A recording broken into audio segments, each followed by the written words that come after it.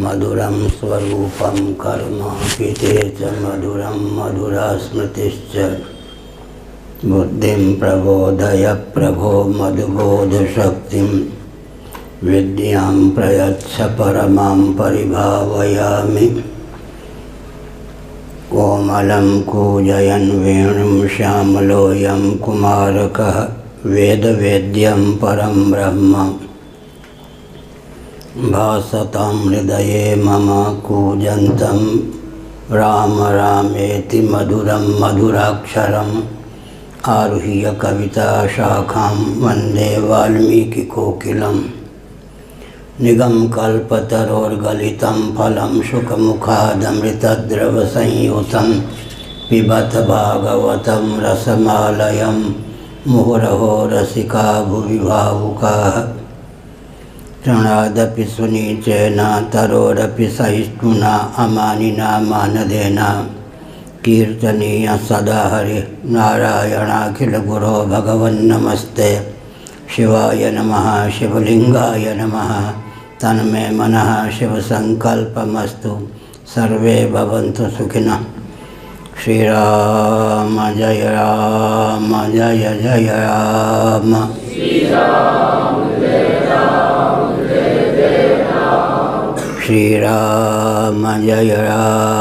जय जय राम।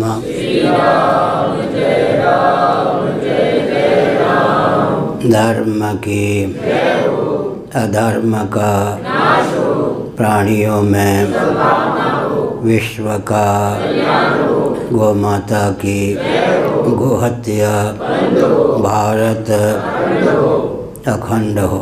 सर्वभूत हृदय धर्म सम्राट श्री स्वामी करपात्री जी महाराज की, श्री जगन्नाथ महाप्रभु की, श्री बलभद्र महाप्रभु की, भगवती सुभद्रा देवी की। हर हर महादेव। गोविंद जय जय गोपाल जय जय। गोविंद जय जय गोपाल जय जय।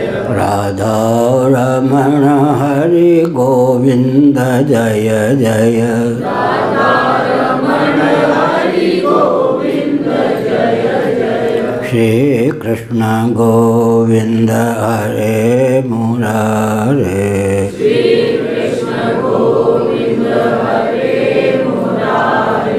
ये नाथ नारायण वासुदेव।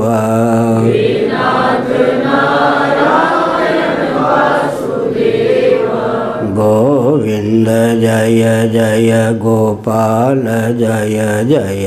गोविंद जय जय गोपाल जय जय। राधा रमण हरि गोविंद जय जय।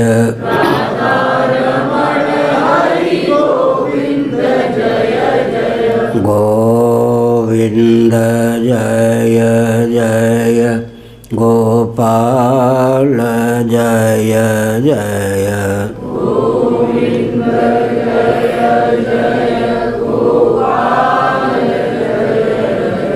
राधा रमण हरि गोविंद जय जय।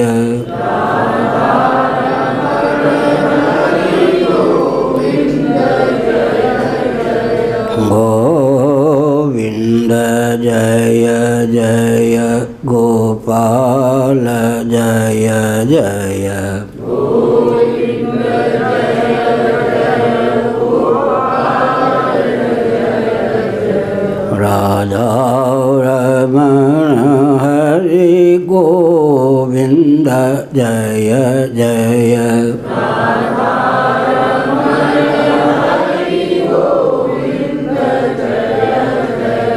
गोविंद जय जय गोपाल जय जय। गोविंद जय जय गोपाल जय जय। राधा रमण हरि गोविंद जय जय।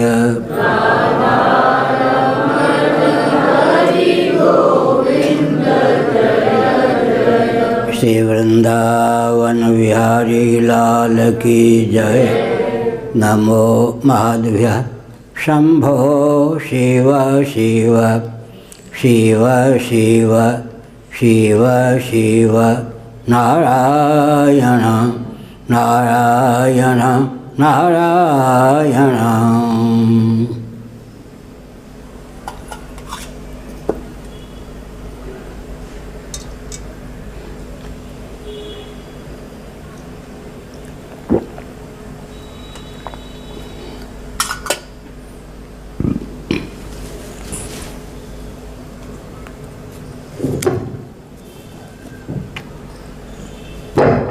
नारायण।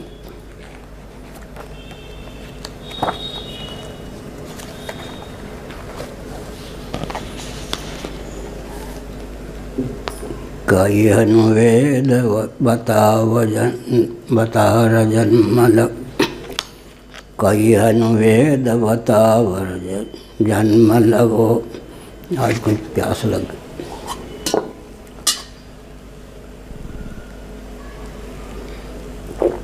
मन ज़्यादा एकाग्र हो जाने पर उच्चारण नहीं होता।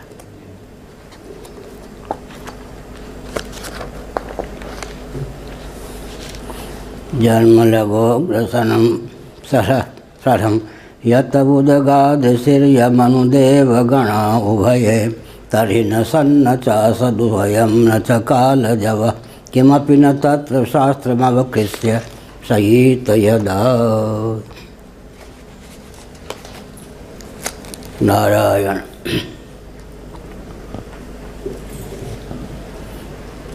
अग्रसरम पूर्व सिद्धम सत स्थूलम आकाशादि असत सूक्ष्म महदादि च उभयम सत असद्भ्याम आरब्धम शरीरम कालवशेन च मलिन सत्वानां तावद् भगवत ज्ञान सामर्थ्यम तथा च श्रुति। नारायण।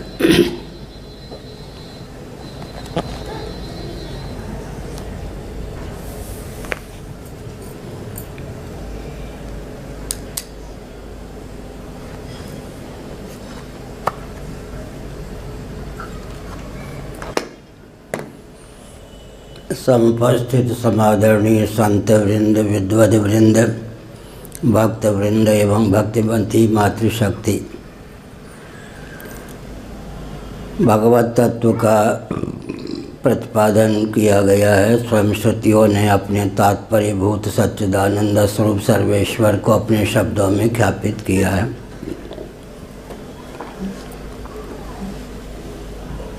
सर्वे वेदा यत्पदमा मनन्ति वेदैश्च सर्वैरहमेव वेद्यः। भगवान श्री कृष्णचंद्र का यह वचन है, गीता में सन्निहित। संपूर्ण वेदों के तात्पर्य भगवान सच्चिदानंद स्वरूप सर्वेश्वर ही सिद्ध होते हैं। इंद्रादि देवों के रूप में और विविध कर्णग्राम के रूप में, शब्दादि विषयों के रूप में उन्हीं का ख्यापन है। वेदांत प्रस्थान के अनुसार भगवान जहाँ जगत के निमित्त कारण सिद्ध हैं, वहाँ उपादान कारण भी सिद्ध हैं। वही अधिभूत, अध्यात्म, अधिदैव, जीव इन चारों रूपों में अभिव्यक्त हैं। तुलसीदास जी ने इस तथ्य को बहुत ही अद्भुत ढंग से गिने चुने शब्दों में गुम्फित करते हुए लिखा। विषय करण सुरजीव समेता सकल एक ते एक सचेता सब कर परम प्रकाशक जोई राम अनादि अवधपति सोई। शब्दादि जो विषय हैं घटपट आदि के माध्यम से उनकी अभिव्यक्ति होती है, वे ग्राह्य सिद्ध होते हैं। वो भाष्य मात्र हैं, कर्णग्राम में भाषकता है। विषय को उद्भाषित करने वाले करण हैं। कर्णग्राम को उद्भाषित करने वाले तत्त देवता हैं। जैसे कि वाक् इंद्रिय का उद्भाषण अग्नि के द्वारा, नेत्रेंद्रिय का उद्भाषण सूर्य के द्वारा होता है, मन का उद्भाषण चंद्रमा के द्वारा होता है। विषय के भेद से करण में भेद होता ही है, अनुभव सिद्ध है। करण के भेद से करण के अनुग्राहक देवताओं में भेद सिद्ध होता है, लेकिन विषय से अतीत कर्णग्राम, कर्णग्राम से अतीत कर्णग्राम के उद्भाषक देवता है। देवता से भी अतीत जीव है। जीव अगर अपने स्वरूप से च्युत न हो तो देवता से उत्कृष्ट सिद्ध होता है। देहात्म भाव भावित होने के कारण देवता से अवर सिद्ध है। स्वतः जीव का स्थान देवता से उत्कृष्ट है, क्योंकि कल मैंने बताया आज जो देवराज इंद्र के पद पर प्रतिष्ठित हैं, कभी न कभी मर्त्यलोक में बृहद भारत में मांत्रिक याग में अधिकृत थे। उन्होंने देवराज इंद्र को लक्ष्य बनाकर अहंग्रह उपासना की। उनकी उपासना परिपुष्ट हो गई, जिसके फलस्वरूप आज वे देवराज इंद्र के पद पर प्रतिष्ठित हैं। आज जो ब्रह्मा जी के पद पर प्रतिष्ठित हैं, पहले वे बृहद भारत में मांत्रिक याग में अधिकृत सतकुल में उत्पन्न थे। उन्होंने हिरण्यगर्भात्मक ब्रह्मा को लक्ष्य बनाकर तदनुकूल कर्म और उपासना का आलम्बन लिया।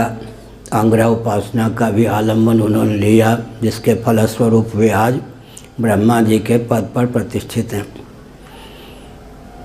चतुर्दश पुरुषात्मक ब्रह्मांड में जहाँ कोई देवता है तो वेदादि शास्त्र सम्मत कर्मकांड, उपासना कांड, ज्ञान कांड के फलस्वरूप है।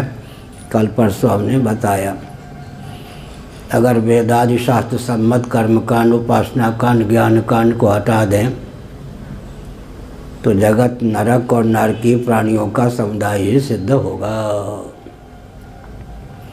जगत में दिव्यता का जो भी आधान है वेदादि शास्त्र सम्मत कर्मकांड, उपासना कांड, ज्ञान कांड के फलस्वरूप है। इस तथ्य को भी इस सत्र में विस्तार पूर्वक ख्यापित किया गया कि जितने भौतिकवादी होते हैं, चेतना विशिष्ट शरीर को आत्मा मानते हैं, एक प्रकार से इंद्रियात्मवादी ही भौतिकवादी माने जाते हैं और इंद्रियों की गति केवल वर्तमान तक होती है, जबकि मन की गति जो भी कालगर्भित है और कालातीत है, दोनों में होती है। और वेदादि जो शास्त्र हैं उनकी गति भी कालगर्भित पदार्थों में, कालातीत परमात्म तत्व में, अव्याकृत में भी होती है। इसीलिए मैंने संकेत किया कि तैत्तिरीय उपनिषद में मनोमय कोश में ही वेदादि शास्त्रों को सन्निहित माना गया है। हम वेदादि शास्त्रों को अपने जीवन में कहाँ प्रतिष्ठित करेंगे? मनोमय कोश में, मन में।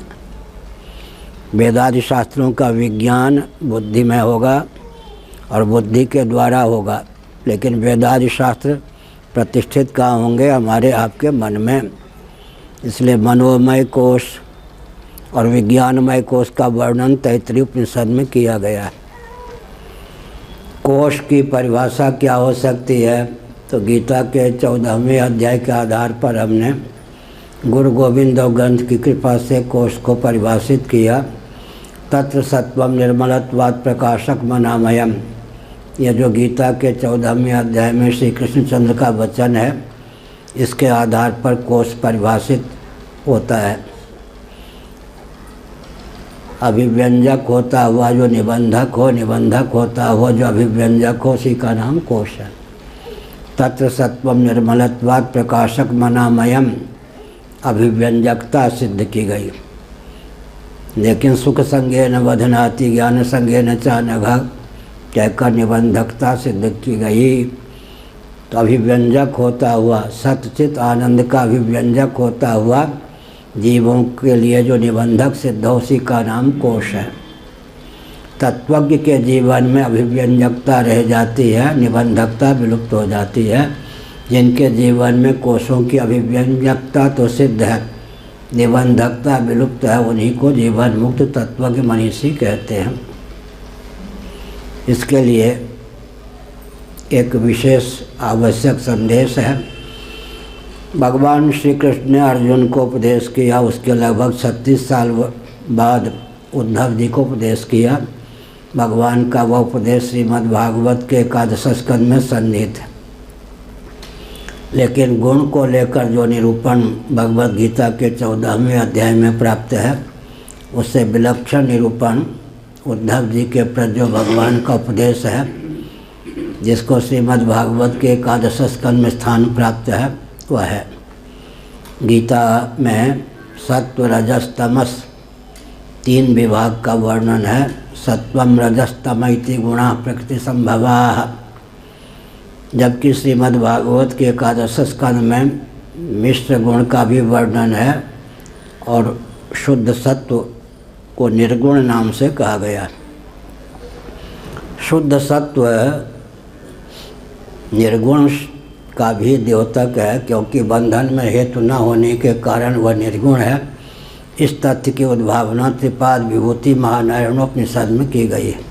विवक्षा वसात विशुद्ध सत्व को या शुद्ध सत्व को निर्गुण भी कहा जाता है।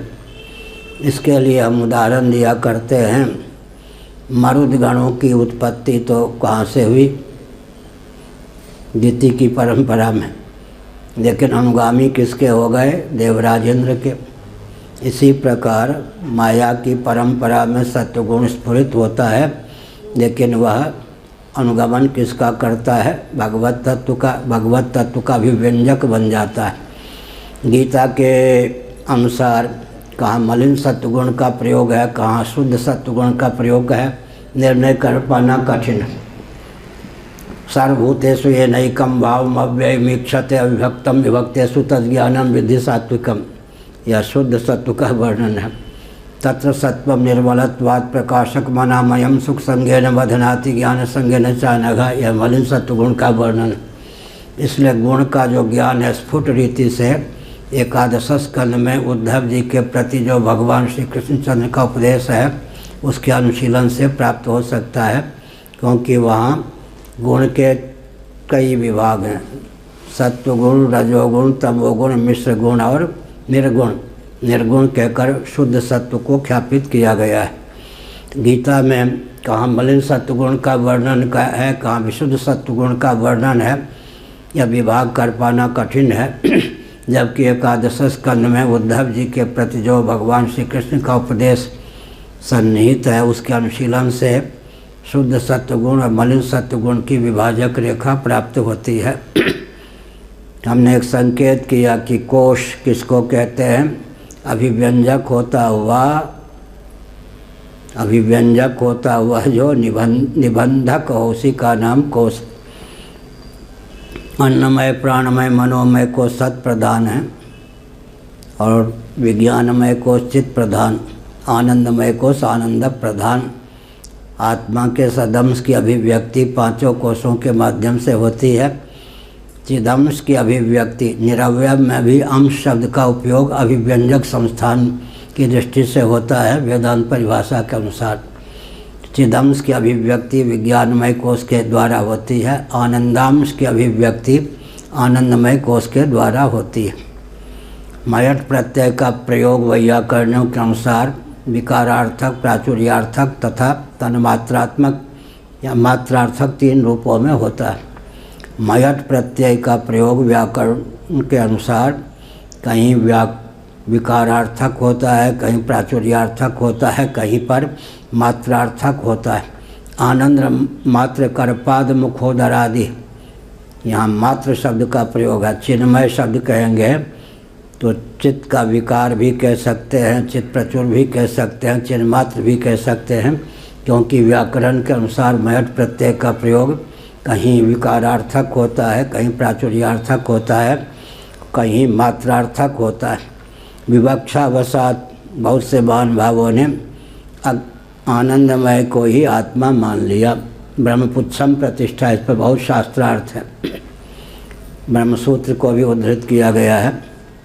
ब्रह्मपुच्छम प्रतिष्ठा, यहाँ पर आनंदमय को हम कोश माने या आत्मा ही माने, इस पर बहुत ही इतने अंश में आत्मा माने, इतने अंश में कोश माने, ये सब बहुत विस्तृत शास्त्रार्थ है, उसको यहाँ प्रस्तुत करने की आवश्यकता नहीं है। तो हमने कहा कि भगवान जो हैं सच्चिदानंद स्वरूप हैं, लेकिन उनकी अभिव्यक्ति कैसे हो? तो हमारा जो चित्त है वो भगवत तत्व का अभिव्यंजक संस्थान है। यह हृदय भवन प्रभु तोरा, यहाँ आए बसे बहुत चोरा, मान ही नहीं मोर निहोरा, अतिशय करें बरजोरा। बहुत विकट बात है। तुलसीदास जी ने विनय पत्रिका में भावना व्यक्त की, प्रभो यह हृदय भवन आपका है, मेरा नहीं, मैं तो एक रखवाले के समान हूँ। यहाँ बहुत से चोर आकर के तस्कर आकर के घुस गए हैं, बैठ गए, अड्डा जमा चुके हैं। मैं प्रार्थना करता हूँ भैया भगवान के घर में डाका मत डाल, मेरी बात नहीं मानते, मान ही नहीं मोर निहोरा। भगवान ने कहा मेरे घर को लूटने दो, तुम्हें क्या चिंता है, अपजस नहीं होए तुम्हारा। डीजी आईजी रक्षा मंत्री सेनाध्यक्ष के घर में चोरी हो जाए तो कौन सुरक्षित रहेगा? किसी ने व्यंग कहा कसा, जब प्रधानमंत्री को ही मार्ग में रोक दिया जाता है तो औरों की दशा क्या होगी? प्रधानमंत्री जो है ही रोक दिए जाते हैं तो औरों की क्या दशा? मेरा भाव नहीं, ये विपक्ष ने कहा था, मैं तो तटस्थ होकर विचार करता हूँ। मैंने एक संकेत किया, भगवान हृदय बहुत विचित्र है। ईश्वर सर्वभूतानां हृदय से जुन्तिष्ठति, अहमात्मा गुडाकेश सर्वभूता से स्थितः, ज्योतिषामपि तज्ज्योतिष तमसा परमुच्यते, ज्ञानम ज्ञेयम ज्ञानगम्यम हृदय सर्वस्व विस्थितम। और यहीं काम भी है, क्रोध भी है, लोभ भी है, इंद्रियाणि मनोबुद्धि रस्याधिष्ठान उच्यते। हृदय में ही काम है, क्रोध है, लोभ भी है, इंद्रियाणि मनोबुद्धि रस्याधिष्ठान उच्यते। भगवान भी वही हैं, प्रत्यगात्मा जीव भी वही है, और क्या है, कामक क्रोधादि भी यही हैं। तो बड़ी विचित्र बात है। इसलिए यहाँ पर संकेत किया गया कि भगवान का भजन आवश्यक है। क्यों आवश्यक है? महाप्रलय की दशा में 31 नील 10 खरब 40 अरब वर्षों तक, 1-2 दिन नहीं, 31 नील 10 खरब 40 अरब वर्षों तक जीव भगवत भावापन्न होकर सत तत्व से एकीभूत होकर शेष रहता है। लेकिन उस समय भजन की सामग्री नहीं होती। जब हम थे तब गुरु नहीं, अब गुरु हैं हम ना ही। प्रेम गली अति सांकरीता में दोनों समाही कबीरदास जी। भजन की सामग्री महाप्रलय में नहीं होती। जब गाढ़ी नींद में ही नहीं होती तो कैमुतिक न्याय से यह तथ्य सिद्ध है कि भजन की सामग्री महाप्रलय में नहीं होती। और जब भजन की सामग्री हमको प्राप्त है व्युत्थान दशा में, सर्ग दशा में, तब काम की किंकरता, क्रोध की किंकरता, लोभ की किंकरता, राग द्वेष आदि के चपेट में पड़े हैं। क्लेश कर्म विपाक आशय से सर्वथा संतप्त हुए जा रहे हैं। ऐसी स्थिति में एक बहुत विचित्र बात है। क्या विचित्र बात है? जागृत अवस्था जो है यही भजन की मुख्य भूमिका है। भजन जब दृढ़ हो जाए तो पंचदशी कार विद्यारण स्वामी जी ने लिखा, स्वप्न में भी भजन हो सकता है। स्वप्न जगत तक भजन को पहुंचाना बहुत कठिन। यांत्रिक विधा का आलम्बन लेकर 30वीं मंजिल तक, 40वीं मंजिल तक जल को पहुंचाना जैसे कठिन है आजकल, पहले तो बहुत ही कठिन, असंभव जैसा था, आजकल भी कठिन है। ठीक इसी प्रकार से स्वप्न जगत तक भजन को पहुंचाना बहुत कठिन। जागृत में व्यक्ति पर्याप्त भजन करता है, उसकी वासना बन जाती है, तब जाकर स्वप्न में भी व्यक्ति भजन करता हुआ अपने को कभी कभी पाता है। पंचदशी काट विद्यारण स्वामी जी ने लिखा, स्वप्न में भी भगवान का भजन हो, दम्भ नहीं। एक कोई कहीं आ गई देवी, उसने कहा हमारा 24 घंटे भजन होता है प्रयाग में। हमने कहा सुसुप्ति में होता है, बरबराती हुई गाली वाली कुछ देती हुई भग गई हो। ये प्रमाण पत्र बड़ा विकट। हमने कहा गाढ़ी नींद में भी होता होगा भजन, बरबराती हुई भग गई। दम्भ नहीं करना चाहिए ना, दम्भ तो बहुत क्या है। वो घर में तो लोग कहते होंगे घर में वो काम नहीं करती होगी, पति से पाँव दबाती होगी। राधिका पायन कुंज में। तो अब वो भाग गई बरबराती हुई, तो हमारा क्या बिगड़ा, क्या अर्थ हुआ। अपने को तो धोखा में नहीं रखना चाहिए ना, दूसरे को धोखा देने वाले तो होते ही हैं। प्रायः जो जीव है अपने को ही धोखा देता है, दूसरे को धोखा देना भी अपने को ही धोखा देना है। कम से कम आत्मनिरीक्षण करना चाहिए कि मैं कितने गहरे पानी में हूँ। पूज्य गुरुदेव हमारे पढ़ाते थे, देखो वस्तु स्थिति यही है, वस्तु स्थिति यही है, वस्तु स्थिति यही है, लेकिन आत्मनिरीक्षण करना चाहिए मैं कितने पानी में हूँ।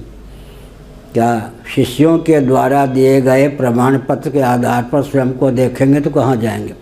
शिष्यों का तो उद्धार हो जाएगा, गुरुर् ब्रह्मा गुरुर् विष्णु गुरुदेवो महेश्वरा। हमारा क्या होगा, हम ब्रह्मा हो गए, विष्णु हो गए, महेश हो गए क्या। तो बहुत से व्यक्ति शिष्यों ने कह दिया श्रोत्री ब्रह्मनिष्ठ अनंत श्री विभूषित, उनका कल्याण होगा।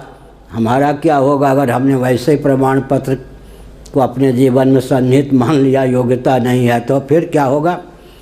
गुरुर् ब्रह्मा गुरुर् विष्णु ये तो सब ठीक है शिष्यों के लिए, हमने भी ब्रह्मा विष्णु महेश स्वयं को समझ लिया तो क्या होगा। इसलिए आत्मनिरीक्षण करना चाहिए। जो व्यक्ति 24 घंटे में 4 मिनट भी आत्मनिरीक्षण किए बिना सो जाता है, नहीं करता, उसका पतन होता है। आत्मनिरीक्षण अवश्य करना चाहिए।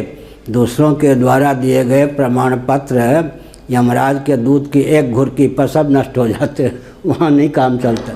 यमराज की एक घुरकी ही पर्याप्त है, उनके दूतों की एक घुरकी से ही सब खत्म हो जाती। इसलिए आत्मनिष्ठा। तो यहाँ पर कहा गया महाप्रलय में भजन की सामग्री नहीं थी, भगवत भावापन्न होकर शेष थे। एक विशेष तथ्य है, दृष्टि को स्थिति चाहिए, स्थिति को दृष्टि चाहिए, दोनों का सम्मान करना आवश्यक है।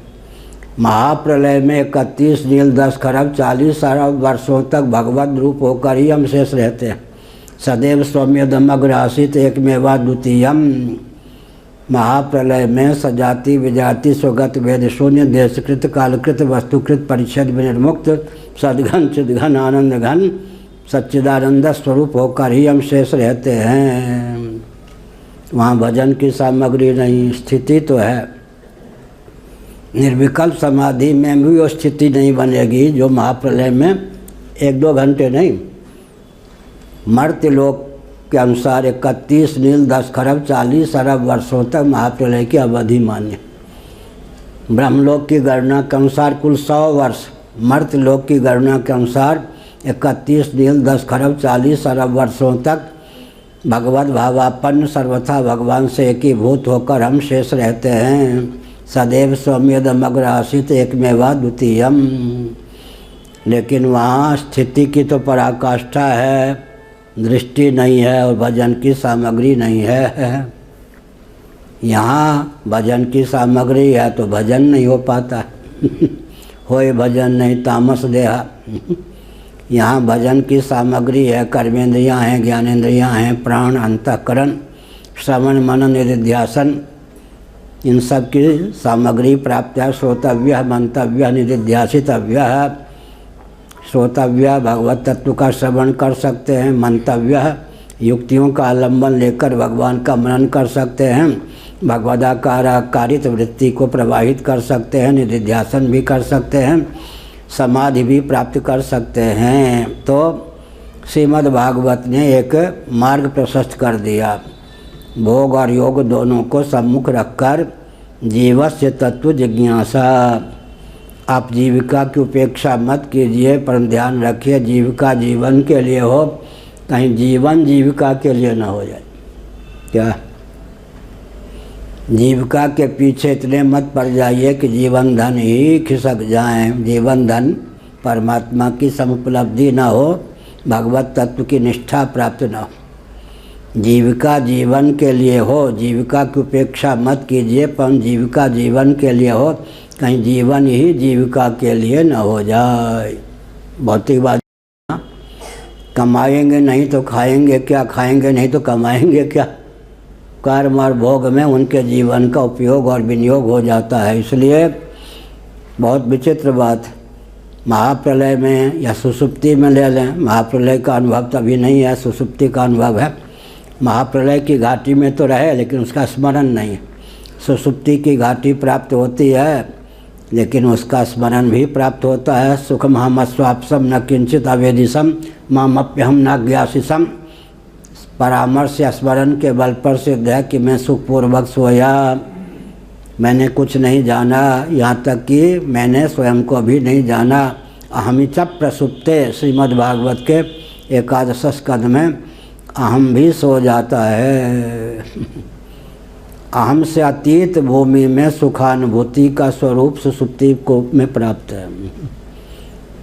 अहम से अतीत भूमि में भी सुख की गति है। अहमिचा प्रसुप्ते, गाढ़ी नींद में अहम सो जाता है। अहम अगर उच्छलित रहे तो जागृत स्वप्न मनोराज्य ही माना जाएगा। अहम का सो जाना ही तो सुसुप्ति है ना। बहुत बढ़िया भगवान भाष्यकार महाभाग ने ब्रह्मसूत्र के भाष्य में एक तत्व उद्भाषित किया, प्राण से अंतःकरण एकीभूत हो जाए सुसुप्ति, अंतःकरण से प्राण एकीभूत हो जाए तो समाधि, प्राण की प्रधानता से गाढ़ी नींद सुसुप्ति और अंतःकरण की प्रधानता से समाधि। घोड़े होता है अश्व घोड़ा, हाँ, उसमें रजोगुण की प्रगल्भता, चेतना की प्रगल्भता इतनी होती है, खड़े खड़े थोड़ा सा यूँ पाँव किया सो जाता। उसको लेट कर सोने की आवश्यकता नहीं होती ऐसे करके हम लोगों की तरह।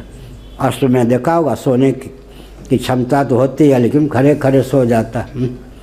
हमारे यहाँ भी कौन है, नहीं वो आदित्य तो है ही, अभी साथ पवन जी, वो कहते हैं हमें पता नहीं कब नींद आ जाए कहाँ आ जाए। क्या खड़े खड़े भी सो जाता है व्यक्ति। वो कहते हमें पता नहीं कब नींद आ जाए कहाँ आ जाए, कुछ नहीं कह सकते। इसका मतलब है हमने हाँ वो सो कहीं भी सो जाए, हाथ में काढ़ा लेके सो जाता है, हमारे सही पर नहीं गिर जाए हम सावधान रहते। ऐसे निश्चिंत होगा एकदम। हमने क्या कहा, गाढ़ी नींद में भगवान से एकीभूत तो हो जाते हैं 5-7 घंटे नित्य ही। एकीभूत होने पर भी भजन की सामग्री नहीं होती। जब भजन की सामग्री होती है तो भवाटवी में भटकना स्वाभाविक हो जाता है। इसलिए जीविका जीवन के लिए है, जीवन जीविका के लिए नहीं है। जीवन है जीवन धन जगदीश्वर की प्राप्ति के लिए। अग्रसरम पूर्व सिद्धम, भगवान अग्रसर हैं माने पूर्व सिद्ध हैं, सबके अग्रज नहीं अग्रसर हैं। भगवान सबके अग्रसर हैं, पूर्व सिद्ध हैं, बहुत बढ़िया। वे कभी काल कवलित नहीं होते। उत्पत्ति जो है अर्वाचीन है। इस समय हम लोग कार्योपाधिक जीव हैं। भगवान कल हमने बताया कि कारणोपाधिक और कारणातीत परमात्मा को कैसे जाने, जान करके चित्त कैसे रमावें, यह भी कठिनाई है। महाप्रलय में तो जान सकते नहीं, भजन की सामग्री नहीं, भजन कर सकते नहीं। सृष्टि काल में भी भगवान कारुणातीत होते हुए कारणोपाधिक सिद्ध होंगे, हम कार्योपाधिक सिद्ध होंगे। विलय स्थान ही हमारे भगवान हो सकते हैं। इसलिए कहा कि इस तथ्य को जानकर डटकर भगवान का भजन करना चाहिए। भगवान कमनीय हैं, वर्णीय हैं, भजनीय हैं, रमणीय हैं। इस तथ्य को समझकर कल उदाहरण दिया था, अग्नि प्रचंड, अग्नि की एक ज्वाला, एक कणिका, एक रश्मि अगर अग्नि कुंड में ही पड़ जाए तो अतिशयता का दान करने में समर्थ नहीं है। अगर वो रुई के ढेर पर पड़ जाए तो रूल तूल राशि को जलाने में समर्थ है। इसी प्रकार भगवान का भजन क्या करेंगे, भगवान का भजन कैसे करेंगे, प्रश्न ये उठता है। तो भगवान को जानने चलेंगे तो विलय ही हो जाएगा भगवत तत्व में। इसलिए भगवान को जानकर, भगवान के स्वरूप स्वभाव प्रभाव को जानकर जहाँ तक बन सके भगवत भजन का बल अंकित करना चाहिए, यह अभिप्राय हुआ। भगवान पूर्व सिद्ध हैं, ब्रह्मा जी के भी पूर्व हैं, बुद्धि के भी पूर्व हैं। तो बुद्धि के जो अधिदेव हैं ब्रह्मा जी के भी पूर्व हैं। गाढ़ी नींद की बात कल कही थी। नींद टूटती है तो सबसे पहले क्या होता है, बच्चों में अंग्राई का समय अधिक होता है, बुद्धि जगी नहीं, नींद टूट गई, वो अवस्था बहुत बढ़िया। उसके बाद बुद्धि जग गई और मन नहीं जगा, ऐसी अवस्था होती। फिर मन भी जग गया। मन करण कोटि का ही पदार्थ है। बुद्धि में वो क्षमता है कि वह आत्म तत्व से चेतित होकर उसके आभास से संपन्न होकर अमर्थ का भी रूप धारण कर लेती है। लेकिन मन तो करण कोटि प्रविष्ट इदमर्थ कोटि का ही रहता है। यह सब बताया। अग्रसरम पूर्व सिद्धम, हम लोग जो हैं अवर जन्म हैं, अर्थात भगवान पूर्व सिद्ध हैं। हम कार्योपाधिक जीव होने के कारण अवर जन्म है। तो हम अगर अपने करुणाग्राम को भगवान के उन्मुख भी करना चाहें तो विलय के अतिरिक्त और कुछ नहीं। जैसे समुद्र की एक तरंग और तरंगगत जो बूंद है वो समुद्र में अतिशयता का आधान न करके समुद्र में विलीन होने में ही तत्पर है, विलीनता ही उसके जीवन में संभव है। इसी प्रकार अग्नि की एक चिंगारी अग्नि में अतिशयता का आधान किए बिना उससे एकीभूत होने में ही समर्थ है। खादित्य जो होता है नभोमंडल में विद्यमान आदित्य को दर्पणादित्य हो जाता है, दर्पण में प्रतिफलित हो जाता है। दर्पणादित्य को कहीं खादित्य नभोमंडल में विद्यमान आदित्य का उन्मुख कर दें तो वो खादित्य में अतिशयता का आधान दर्पणादित्य नहीं कर सकता, एकीभूत हो जाता है। ठीक इसी प्रकार से भगवत तत्व का भजन कैसे होगा। भगवान कारणोपाधिक और कारणातीत हैं। इंद्रिय ग्राम का उपयोग हम क्या करें, भजन करें। ज्ञान का अर्थ यहाँ पर था पता पाना, वो संभव नहीं है। भगवान इस प्रकार से हैं, इस प्रकार सामान्य ज्ञान होना चाहिए। भगवत भजन डट के करना चाहिए। हमने एक दिन बताया कि विशुद्धाद्वैत के पक्षधर श्री वल्लभाचार्य जी ने लिखा, जीवा स्वभावतो दुष्टा, ये जीव स्वभाव से दुष्ट हैं। सब प्रकार के पापड़ बेलते हैं, भगवान का भजन नहीं करते। सब प्रकार का पापड़ बेल सकता है जीव, भगवान का भजन नहीं करता। लेकिन भगवत भजन के बिना कल्याण हो भी नहीं सकता। सच्ची बात तो यह है कि हम हों या आप, दम्भ का आलम्बन न लें तो एक स्वाभाविक प्रश्न है। अनादिकाल से पूर्व शरीर को छोड़ते समय तक यदि हम कृतार्थ हो गए होते, कैवल्य मोक्ष हमको प्राप्त हो गया होता या भगवान से एकीभूत होकर सायुज्य मोक्ष प्राप्त कर लिए होते तो हमारा जन्म ही क्यों होता। बुरा न मानो होली, हमारा जन्म डंके की चोट से हमारी इस दुर्बलता को सिद्ध करता है कि अनादिकाल से पूर्व शरीर को त्यागते समय तक कृतार्थ नहीं हुए। इस अपनी कमजोरी को समझना चाहिए। कल भी मैंने संकेत किया, बार बार संकेत करने की आवश्यकता है। अरबों जन्म संसार के लिए न्योछावर कर चुके। कभी कभी हम साल में 2-4 बार कहा करते हैं, गुरु गोविंद और ग्रंथ की कृपा से। 2 प्रकार की शैली है, यस्या मतम तस्य मतम, मतम यस्य न वेदसा।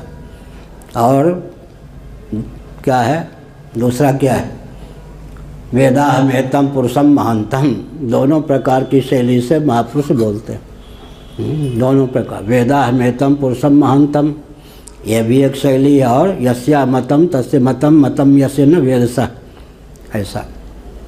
क्योंकि शिष्य को अविश्वास न हो जाए, कहना पड़ेगा ना, हाँ जानता हूँ। वेदाहमेतम पुरुषम महांतम, जिस विधा से, अहंकार का यहाँ प्रवेश नहीं है। और यस्या मतम तस्य मतम, मतम यस्य न वेदसा, ये दोनों विधा में सामंजस्य साधकर महापुरुष अपनी वाणी को ज्ञापित करते हैं।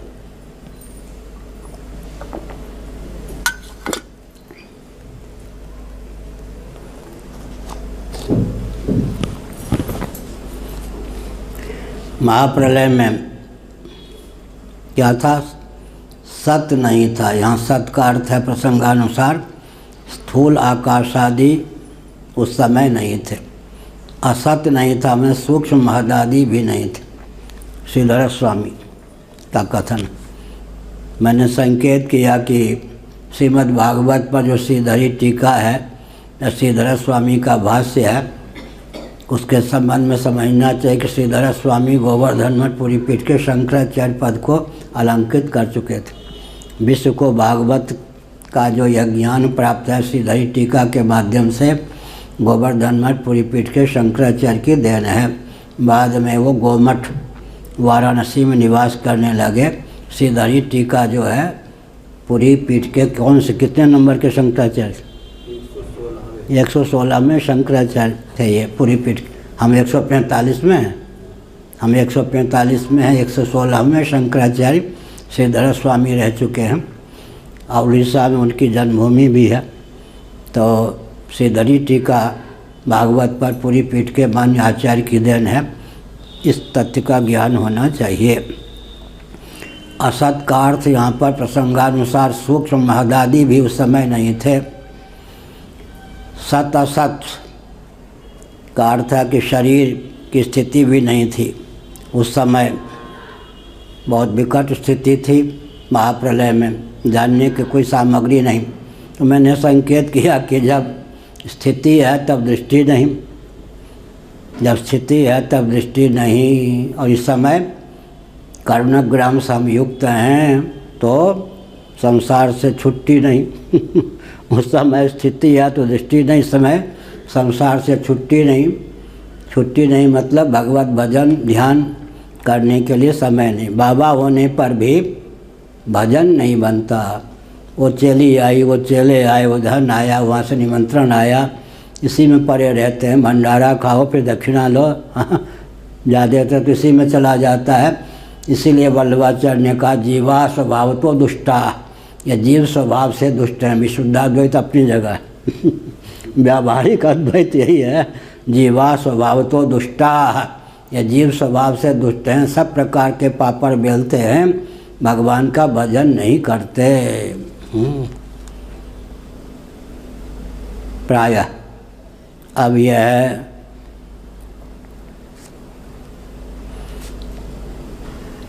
इसलिए जीवन काल में क्या करना चाहिए? भगवान का भजन करें। लेकिन भगवान के भजन के लिए भगवत तत्व का ज्ञान कैसे प्राप्त हो? हमने उठाया था प्रसंग। विषय करण सुर जीव समेता सकल एकते एक सचेता, सबकर परम प्रकाशक जोई, राम अनादि अवस्पद सोई। कितना वेदांत का ज्ञान रहा होगा तुलसीदास जी को। इस एक ही पंक्ति में उन्होंने सारे सिद्धांत को गुम्फित कर दिया। बहुत ऊंची बात। विषय प्रकाश हैं रूपम दृश्यम लोचनम दिक् तदृश्यम दिक्तु मानसम दृश्याधिवृत्तयः साक्षी दृगेव न तु दृश्यते। भगवान शंकराचार्य के इस वचन को बहुत बढ़िया। विषय करण सुर जीव समेता सकल एकते एक सचेता, सबकर परम प्रकाशक जोई, राम अनादि अवधपति सोई। विषय उद्भाष्य हैं उद्भाषक करणग्राम, करण उद्भाष्य हैं अधिदैव, तत्त अधिदैव। जैसे हमने उदाहरण दिया नेत्र के अधिदैव सूर्य, वाक के अधिदैव अग्नि, ऐसे हाथ के अधिदैव इंद्र।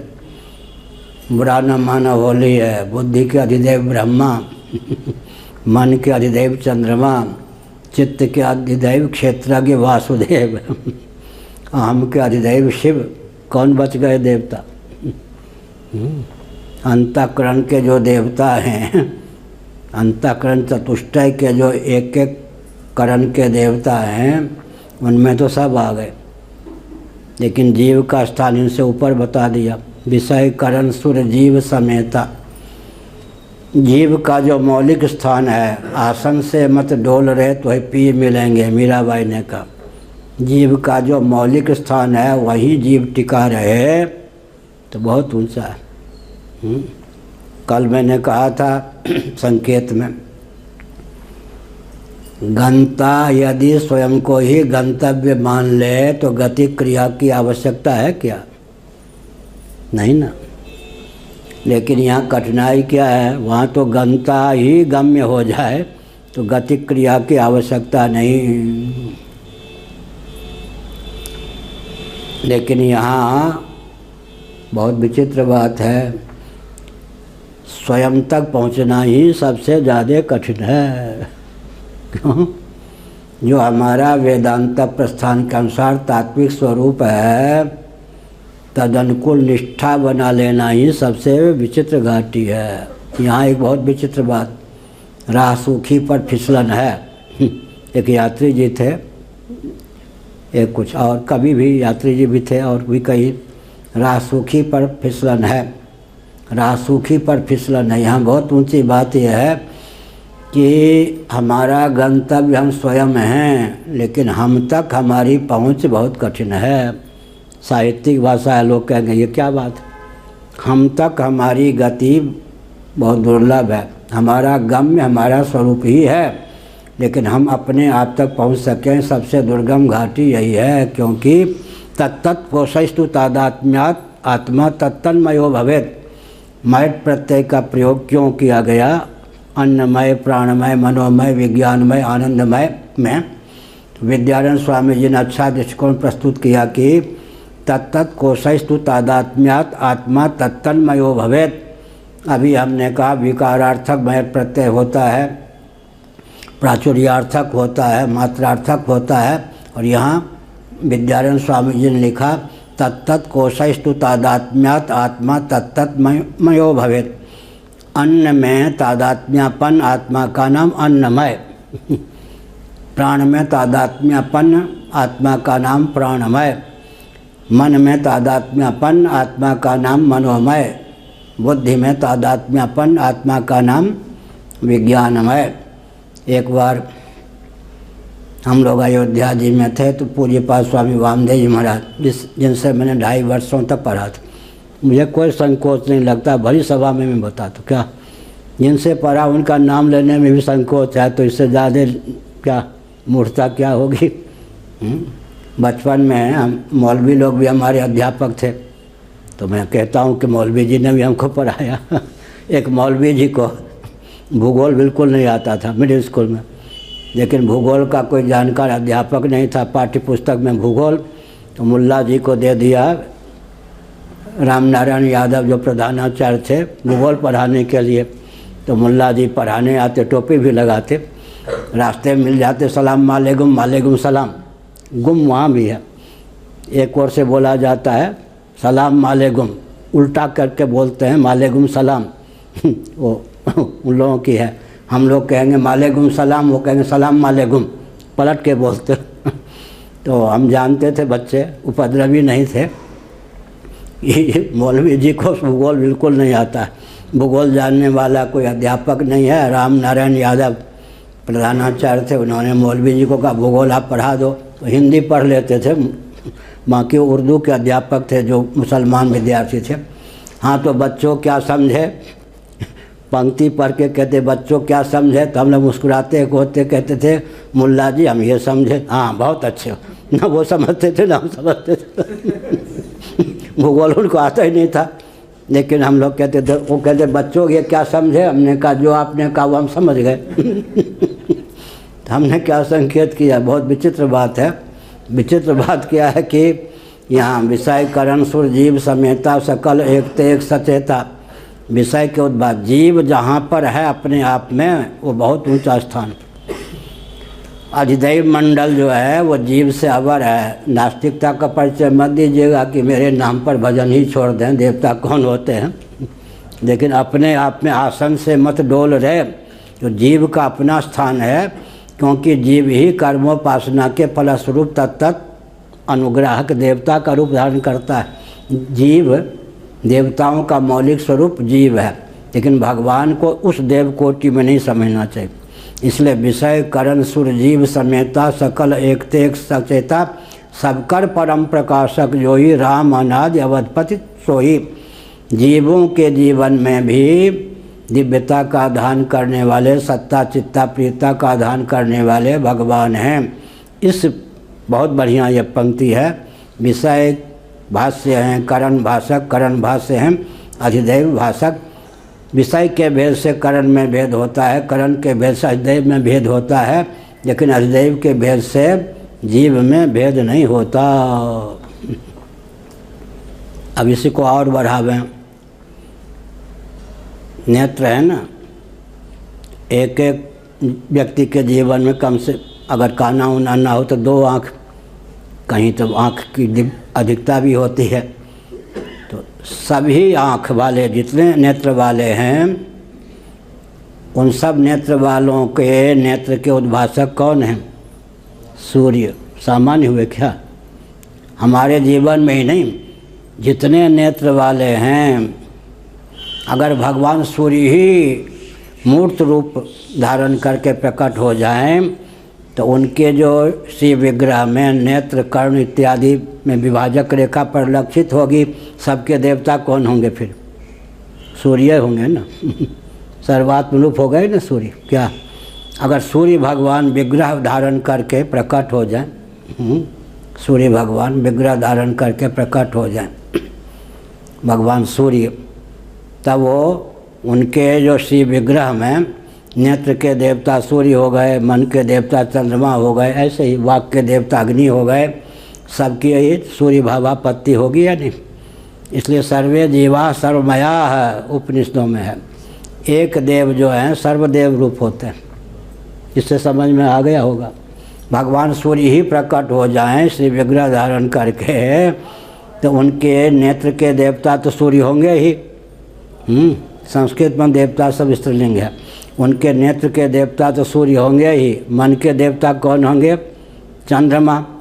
लेकिन सूर्य ही स्वयं को विग्रह युक्त करके बैठे हैं, तो इसका मतलब सूर्य भी सर्वरूप हो गए या नहीं? चंद्रमा अगर विग्रह धारण के करके आ जाएं, एक देव ही नहीं होते, सर्वदेव होते। जब अधिदैव की दृष्टि से एक एक देवता पर विचार करें तो सर्वदेव। इसलिए सर्वे जीवा सर्वमया, तेजो बिंदु उपनिषद का अध्ययन करें, नारद परिव्राजकोपनिषद का अध्ययन करें, बहुत ऊंची बात है। सर्वे जीवा सर्वमया, सब जीव जो हैं सर्वमय हैं, एक जीव भी सर्वमय है। सर्वे जीवा सर्वमया, इस पर ध्यान केंद्रित करें तो जीवन में दिव्यता का आधान हो सकता है। तो उस समय जानने के कारण नहीं थे, इस समय जानने के कारण हैं। तो हम क्या हो गए? कार्योपाधिक। तो भगवान को जान कैसे सकते हैं? इसका अर्थ क्या है? भगवान इस प्रकार से हैं, भाष्य नहीं हैं और समग्र रूप में ज्ञेय भी नहीं हैं, क्योंकि हमारे पास जो जानने की सामग्री है सर्वथा उससे अतीत हैं, पारंगत हैं, उसके उद्भाषक हैं। तो फिर ऐसा समझकर डटकर भजन करना चाहिए। यह भजन के प्रति आसक्ति की भावना से कही गई ये बात सच्ची है। हमने कहा कि कोई भी अंश अपने अंशी को जानने चले, उद्भाषित करने चले, तो उसमें विलीन होने के अलावा और कोई रास्ता नहीं। जैसे दर्पणादित्य खादित्य से एकीभूत हो जाएगा और कोई रास्ता नहीं है। तो जीव जो है भगवान को था पता लगाने चले तो क्या होगा? डूब जाएगा। एक दंडी स्वामी नहीं दिखाई पड़ते, विचित्र थे। उन्होंने कहा एक बार समुद्र के तट पर पुरी में, तो महाराज ये जो जल दिखाई पड़ता है इसमें हाथी डूब जाएगा क्या? कितना गहरा? हमने कहा प्रयोग मत कीजिएगा, डूब ही जाएगा। अब दिखाई नहीं पड़ता, तो हाथी डूब जाएगा क्या? हमने कहा बस किनारे बैठ के ही बात कीजिए, अगर जाइएगा तो आप भी डूब जाइएगा, हाथी तो डूब ही जाएगा, आप भी डूब जाएंगे। इसका अर्थ क्या है? इसलिए हमने संकेत किया, आग की चिंगारी जैसे अग्नि के था पता प्राप्त कर ले, संभव नहीं। और उत्ताल तरंगों से युक्त महोदधि समुद्र के था पता, उसकी एक लहर या एक बुदबुद प्राप्त करना चाहे, संभव नहीं। ऐसी स्थिति में भगवान का डटकर भजन करना चाहिए। उस समय न स्थूल था न सूक्ष्म था, या शरीर भी हमको प्राप्त नहीं था। तो इस समय देहेंद्रीय प्राणांतकरण से हम युक्त हैं। भजन का बल और वेग जीवन में अर्जित करना चाहिए। श्रोतव्य श्रुति कहती है आत्म तत्व श्रवण करने योग्य है, भगवत तत्व श्रवण करने योग्य है। मनुष्य जीवन में श्रवण की क्षमता प्राप्त है। श्रवण शब्द पारिभाषिक, सुना या नहीं बच्चे को कहते ना, हठीला बच्चा हो, माता पिता कुछ बोल के सुने या नहीं का अर्थ क्या होता, समझे या नहीं। मैंने जो कहा उसको सुन के समझ कर उसका अनुपालन करने के लिए तैयार हो या नहीं। माता तो समझ गई कि कान वाला है, मेरा बेटा ने सुन लिया, पिता भी समझ गए, सुने कि नहीं इसका अर्थ क्या होता है। जो मैंने कहा उसको सुन करके धारण करके तदनुकूल कदम उठाने के लिए तत्पर हो या नहीं। इसलिए श्रोतव्य का अर्थ है उपक्रमोपसंहारादि षड्विध लिंगों के द्वारा समग्र वेदों का तात्पर्य ब्रह्मात्म तत्व के एकत्व बोध में सन्निहित है, यही श्रवण है। उपक्रमोपसंहारादि षड्विध लिंगों के द्वारा वेदादि शास्त्रों का तात्पर्य भगवत तत्व ब्रह्मात्म तत्व के एकत्व में सन्निहित है। इस प्रकार का चंचल निश्चय का नाम श्रवण है। श्रवण को अगर एक वाक्य में कहें तो उपक्रमोपसंहारादि षड्विध लिंगों के द्वारा समग्र वेदों का महातात्पर्य ब्रह्मात्म तत्व के एकत्व विज्ञान में सन्निहित है। इस प्रकार के अचंचल निश्चय का नाम श्रवण है। बोलोगे? लंबा वाक्य। उपक्रमोपसंहार, मुस्कुराए क्यों? एक हमारे अध्यापक थे रत्नकांत झा, उनका नाम लेते ही मुझे बिल्कुल रोना सा आ जाता। मैंने कृपा की, ये नहीं कि उन पे क्रोध आता हो। रत्नकांत झा, अपने बेटे को भी उन्होंने उतना नहीं पढ़ाया जितना हमको। हम मिडिल स्कूल में थे, कलवाही गांव में, जन्मभूमि से लगभग 2.5 किलो 3 किलो दूर पढ़ने जाते थे। रत्नकांत झा ने पूछा, चौथी कक्षा में भी वो क्लास टीचर थे, 5वीं में भी, 6ठी में भी संस्कृत और हिंदी वही पढ़ाते थे। एक बच्चे से पूछा किस गांव के हो, मुझसे पूछा तुम किस गांव से आए हो। जिस गांव का नाम लिया मैंने सच्चे बोला, वो गांव महामहोपाध्याय मुकुंद झा। महामहोपाध्याय जे आन पंडित के पोथी से मुकुंद के थोथी। अन्य पंडितों के लिए पुस्तक में जो ज्ञान था, मुकुंद महामहोपाध्याय हुए हैं। जिस कुल में हम लोगों का जन्म हुआ वो बस उनके थोथी पर, युवा पर, ज्ञान पंडित के पोथी से मुकुंद के थोथी, ये कहावत, महामहोपाध्याय मुकुंद। तो हमने कहा कि उस गांव का हूँ। तो गांव का नाम सुनते ही हाथ जोड़ा। गांव इतना पवित्र, इतना विद्वानों का, दिग्गजों का। पूज्य गुरुदेव के बारे में प्रसिद्धि है कि एक बार मिथिलांचल में गए, सुन रहे ना, 300 व्याकरणाचार्य तो वहाँ श्रोता थे। 300 व्याकरणाचार्य। महाराज को पता दिया गया, महाराज आपका तो कहना ही क्या, लेकिन श्रोताओं की ओर से मैं कह रहा हूँ यहाँ 300 व्याकरणाचार्य बैठे हैं, उसी स्तर से आप बोलिएगा। महाराज ने कहा आज बहुत अच्छा अवसर मिला। 300 व्याकरणाचार्य। हमने क्या संकेत किया, तो रत्नकांत झा, हमने गांव का नाम लिया तो प्रसन्न हो गए, उस गांव को हाथ जोड़ा। हमको बहुत लाड़ प्यार। उस समय तो बुरा लगता था, आधी छुट्टी में खेलने नहीं देता, कहाँ खेलने जा रहा बैठ। फिर वो क्या करते थे मालूम, एक लेख दे देते थे, पहले 1 पृष्ठ की सामग्री पाठ्य पुस्तक से हिंदी की। कहते थे इसको 5 पंक्ति में इसका सारांश लिख के दिखाओ। फिर कहते हैं 5 पंक्ति में जो सारांश तुमने लिखा है इसको 5 शब्दों में बताओ, लिख के या बोल के। फिर कहते 5 शब्दों में जो सारांश बताया 1 शब्द में बताओ। फिर कहते थे एक वाक्य देखकर इसको 5 पृष्ठों में लिख कर लाओ। ये जो समास और व्यास शैली का प्रशिक्षण उन महापुरुष ने दिया, कितने साल हो गए होंगे, 70 साल तो हो गए होंगे। 70 साल से अधिक के, हाँ 70 साल हो गए होंगे। चौथी कक्षा में रहे होंगे तो 9 साल की आयु में रहे होंगे। 70 साल हो गए। तो उनकी कृपा है, जिनकी कृपा हो नाम लेना चाहिए।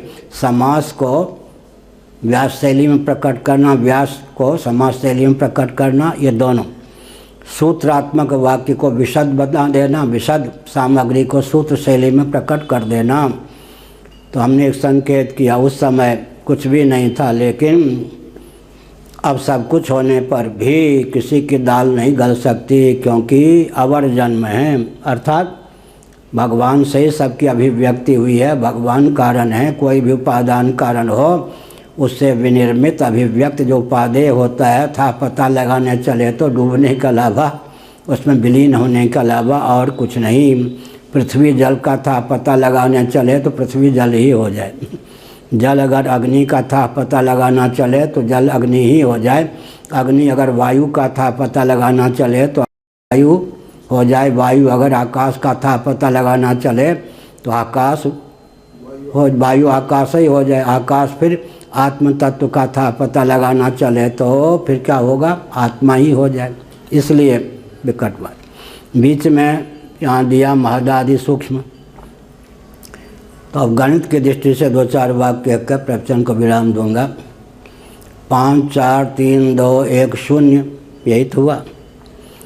0 1 2 3 4 5 5 4 3 2 1 0 यही 5 गुणों से युक्त है पृथ्वी। कारण और कारण के गुण कार्य में सन्निहित होते हैं, एक नियम है, मर्यादा है। 5 गुणों से संपन्न पृथ्वी, 4 गुणों से संपन्न जल, 3 गुणों से संपन्न अग्नि।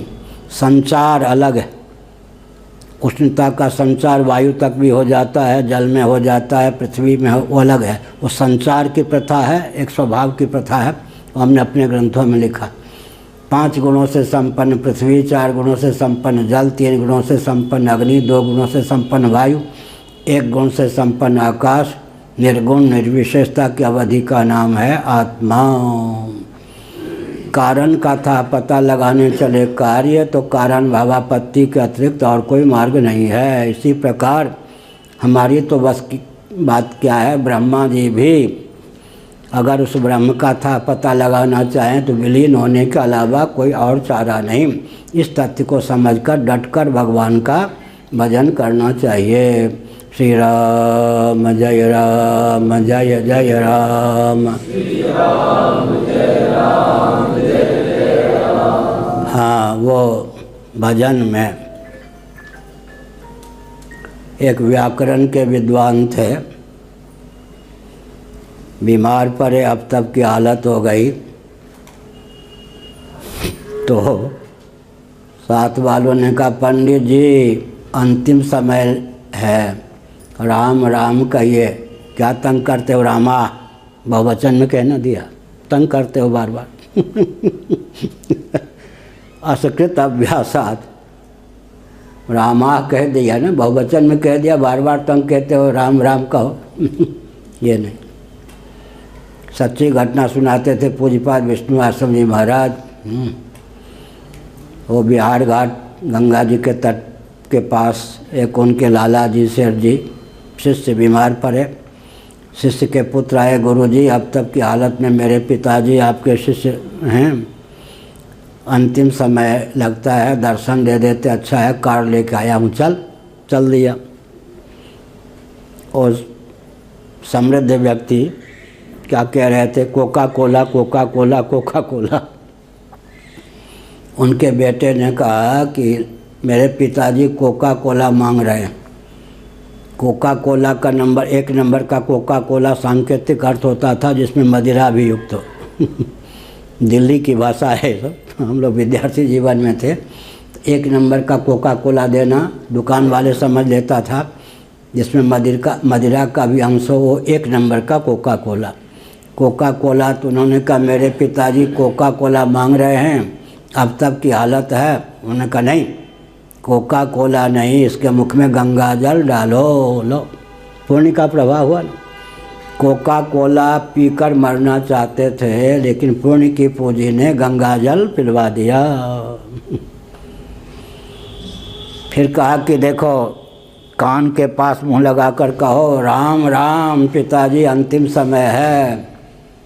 उस लाला जी ने क्या कहा, सच्ची घटना है, बेटो जो तुम मुझसे कहने को कहते हो वह तो मुझसे नहीं कहा जाता। इतना बड़ा वाक्य बोल के सो गए। सो गए मैंने मर गए। मैंने ये भी नहीं कहा राम राम नहीं कहा जाता। बेटो जो तुम मुझसे कहने को कहते हो वह तो मुझसे कहा नहीं जाता, इतना लंबा वाक्य बोला। इसलिए जन्म जन्म मुनि जतन कराही, अंत राम कही आवत नहीं। दो अर्थ इसके होते हैं। अंतिम समय में देह त्याग के अव्यवहित पूर्वक क्षण में कदाचित भगवान का नाम राम कहते बन जाए तो आवत नहीं, फिर भवाटवी में भटकता नहीं, पुनर्जन्म होता नहीं। दूसरा अर्थ अंत राम कही आवत नहीं, देह त्याग के अव्यवहित पूर्वक क्षण में भगवान नाम कहते बनता नहीं, बड़ी विकट हालत। इसलिए ये श्रीमद् भागवत में गजेंद्र मोक्ष है, उसका महात्म्य दिया गया है। क्या दिया गया है? गजेंद्र मोक्ष का विधिवत जो पाठ करता है दैनिक, उसके देह त्याग के पूर्वक क्षण में उसे भगवान की स्मृति अवश्य आती है। ये गजेंद्र मोक्ष, उसको ग्रह ने पकड़ लिया था ना, तो भगवान का स्मरण किया। तो गजेंद्र मोक्ष का जो पाठ करता है उसके जीवन में वो दिव्यता आती है कि देह त्याग के अव्यवहित पूर्वक क्षण में उससे भगवान का स्मरण अवश्य होता है। किसी विद्वान पंडित से एक बार सुनकर गजेंद्र मोक्ष का पाठ करना चाहिए। कम से कम न बने तो हिंदी में जो अनुवाद, हम लोग बहुत भाग्यशाली हैं, पूज्यपाद स्वामी अखंडानंद सरस्वती जी महाराज का ही हिंदी अनुवाद गीता प्रेस से भागवत पर प्रकाशित। संतन द्विवेदी नाम था उनके पूर्वाश्रम का, पूज्यपाद स्वामी अखंडानंद जी महाराज। ये जो श्रीमद् भागवत का हिंदी अनुवाद है उनके अनुग्रह से हम लोगों को प्राप्त है। यशोगान, क्या महापुरुष का नाम लेने पर भी, उनकी कृति का नाम लेने पर भी भगवान प्रसन्न होते हैं। तो हमने संकेत किया, क्या संकेत किया? भगवान नाम के भजन का बल हो। फिर अंत में महाप्रलय में भजन की सामग्री नहीं, भजनी तत्व से एकीभूत हो जाने पर। आज के प्रवचन का अर्थ क्या हुआ? दृष्टि को स्थिति का बल चाहिए, स्थिति को दृष्टि का बल चाहिए। महाप्रलय में स्थिति तो है, दृष्टि नहीं। इस समय स्थिति लाने के लिए दृष्टि भी चाहिए, दृष्टि को स्थिति का बल भी चाहिए। भगवत भजन के द्वारा वो स्थिति भी बनती है और दृष्टि भी परिपक्व होती है। जित देखो तित वो ही दिखत, घर बाहर आंगन में मोहन बस गयो मेरे मन में। जित देखूं तित वो ही दिखत, घर बाहर आंगन में। बहुत बढ़िया। चित्त में जिसको हम बैठा लेते हैं, नेत्र द्वार से चित्तवृत्ति जहाँ जहाँ जाती है वही दिखता है। जित देखूं तित वो ही दिखत, घर बाहर आंगन में। बहुत विचित्र बात। फिजिक्स में इमेज सिस्टम कहते हैं। बहुत बढ़िया। आजकल जो वेदांत परिभाषा आदि का अध्ययन करें, बचपन में हमने जो 10वीं कक्षा में फिजिक्स पदार्थ विज्ञान इमेज सिस्टम पढ़ा था, हमें बहुत प्रसन्नता होती है। लाखों वर्ष पहले वेदांत प्रस्थान में सब उसका विधिवत वर्णन है। वस्तु का ज्ञान किस प्रकार होता है, और वस्तु भोजन के समय भी भजन ही चलता हम लोगों का।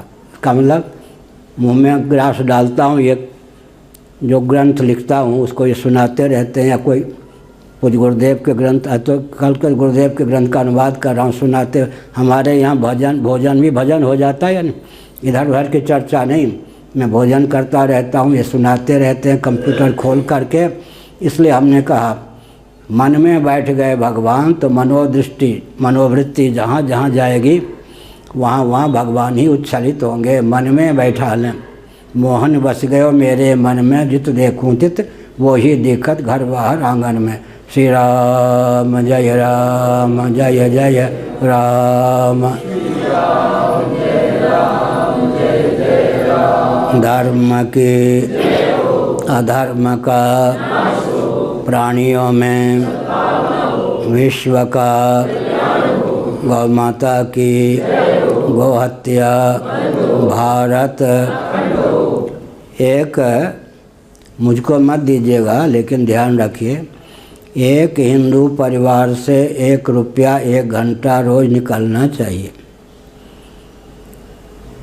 अपने आसपास के मठ मंदिर को जहाँ मठ होगा वहाँ मंदिर होगा ही, जहाँ मंदिर होगा वहाँ पुजारी आदि के निवास स्थान भी होता ही है। अपने क्षेत्र में दिव्यता का दान करने के लिए कोई विपन्न न रह जाए, मठ मंदिर को केंद्र बनाकर हर हिंदू परिवार से 1 रुपया 1 घंटा रोज निकले। कोई इतना गरीब परिवार हो कि एक दिन में 1 रुपया भी न निकाल सके, एक व्यक्ति खड़ा हो जाए, 9 परिवार की ओर से 9 रुपये, अपनी ओर से 1 रुपया। 9 परिवार इतने गरीब हैं कि एक दिन में 1 रुपया भी नहीं निकाल सकते समाज के लिए। निकाल तो सकते हैं, मान लो इतने दरिद्र हैं तो 10वां व्यक्ति खड़ा हो जाए, 9 परिवार की ओर से 9 रुपये, अपनी ओर से 1 रुपये, वो जो 10 रुपये हो जाएंगे।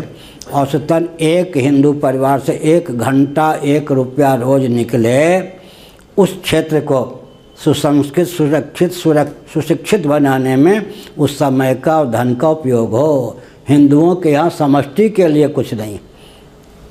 ग्रंथ तो बहुत ऊंचा, वसुधैव कुटुंबकम सर्वम खलुइदं ब्रह्म, ये सब व्यवहार में।